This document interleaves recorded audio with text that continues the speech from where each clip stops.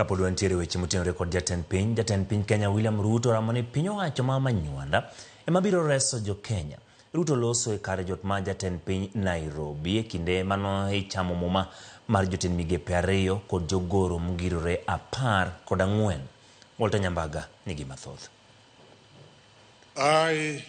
Geoffrey Kiringa Ruku. E kinde chamo muma yanga mar jotend migepe mar jotije sirkal Geoffrey Ruku, wadgi mar kit chwecha Hanna Cheptumo e kod jogoro mungirore 14. Oluga Frederick Ouma e kar jot mar jatend piny maduong' ma Nairobi.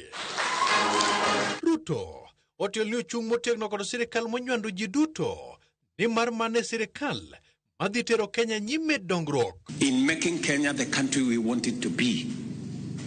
And that is why I have engaged in ensuring that we have a broad-based government that carries as many of us as possible.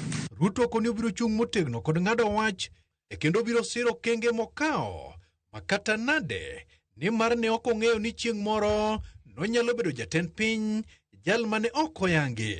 I have made a conscious decision that the difficult decisions this nation has always wanted to make and have not been made because of political expediency, I will make those decisions and pay the price if there is any to be paid. Kane oduoko jok makete tesre, jatend piny olero ni onge ruoth mane osemi luore thurgi. RUTO odokie muma kendo siemo kaka jatend jokritus moro ni Sanbalat ne okedo kod jo-Yahudi mawuok yo Babylon e gero inga mar Jerusalem e kinde loch mar Nehemiah. And there were so many characters, noises. There was some character there called Sanballat. There was another one called Tobias. They were in the social media saying, oh, you know, this thing will never happen.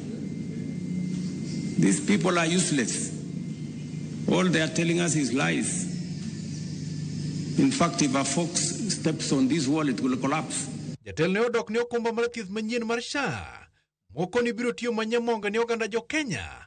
Kata bende jo mima moko man kod ich lit to kwede. The last time we had the highest registration in health insurance was about 7-8 million. That was the highest ever. Under this program, we now have 21 million Kenyans. Walter Nyambaga, Ramogi TV. Pod wantiere weche motenore kod jatend piny